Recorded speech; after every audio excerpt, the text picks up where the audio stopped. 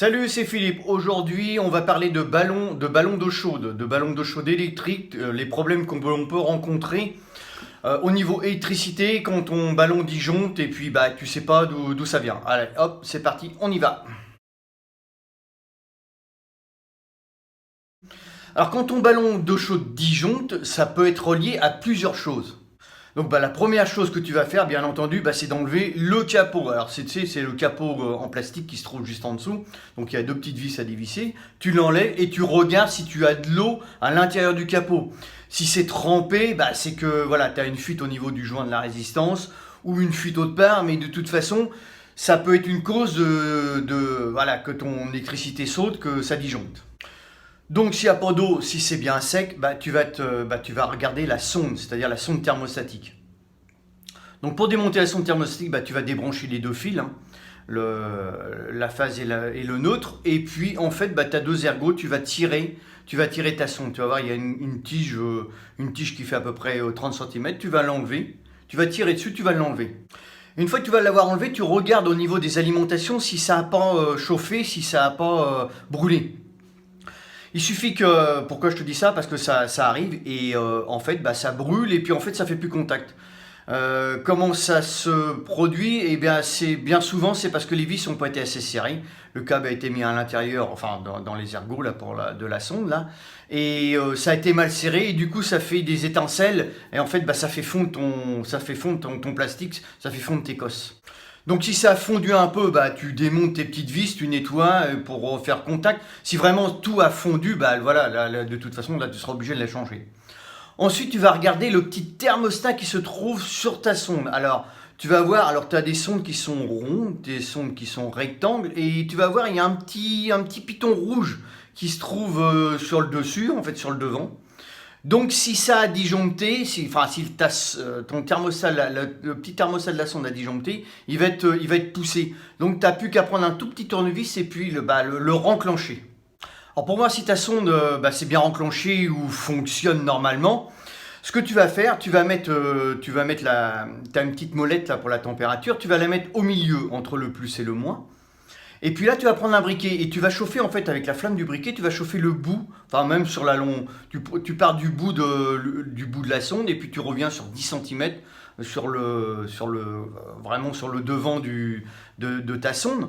Et puis tu vas chauffer ton briquet. Et de là, tu vas entendre le petit clic. Si tu entends un petit clic au niveau de ta sonde, c'est que là, elle fonctionne, elle s'est déclenchée. Si tu n'entends rien du tout, bah, c'est que ta sonde est défectueuse. Et bien là, tu seras obligé de la changer aussi. Donc ça c'est pratique si tu as pas d'ampéramètre, bah, ça te permet de voir tout de suite bah, si elle est morte ou voilà, si elle fonctionne ou elle fonctionne pas. Tu n'as pas besoin d'aller acheter un ampéramètre pour regarder ça. Ensuite, bah, si tout ça fonctionne bien, bah, malheureusement il va falloir que tu te tournes vers la résistance. Alors là c'est un autre morceau. Alors quoi que tu vas décider, de toute façon tu seras obligé de l'ouvrir. Alors moi je serais tenté de dire si ton ballon a une dizaine d'années, bah malheureusement te prends pas la tête, change-le. De toute façon, je pense qu'il aura fait son temps. Encore en plus, si chez toi ton eau est calcaire, si tu as un ballon qui est un ballon d'eau chaude blindé, c'est-à-dire ta résistance est complètement immergée dans l'eau, il y a de grandes chances que ta résistance soit pleine de calcaire, que lui aussi soit plein de calcaire. Et de toute façon, si tu l'ouvres, tu le nettoies, rechanger la résistance, rechanger le joint, ça peut se faire, hein, mais bon, après, vraiment, si tu veux pas te prendre la tête, eh ben, change-le complètement et voilà, tu repars à neuf. 10 ans, c'est bien déjà. 10 ans pour un ballon, c'est bien. Ensuite, bah, tu vas trouver. Après, tu peux avoir la résistance qui est pas immergée dans l'eau. En fait, la résistance qui est fourrotée, c'est-à-dire elle n'est pas plongée directement dans le ballon. Elle est dans le ballon, mais elle n'est pas plongée dans l'eau.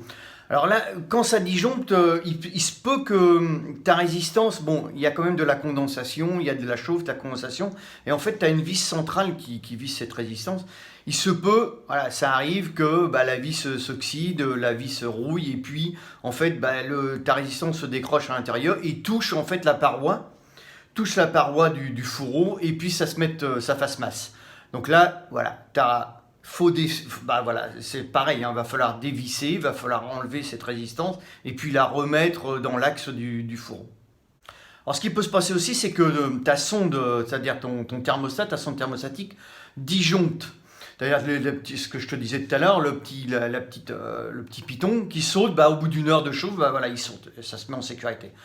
Alors, quand tu as ce phénomène-là, c'est que en fait, bah, ton ballon, il est plein de calcaire. C'est ce qu'on disait tout à l'heure, il est plein de calcaire. Ta résistance est enveloppée de calcaire.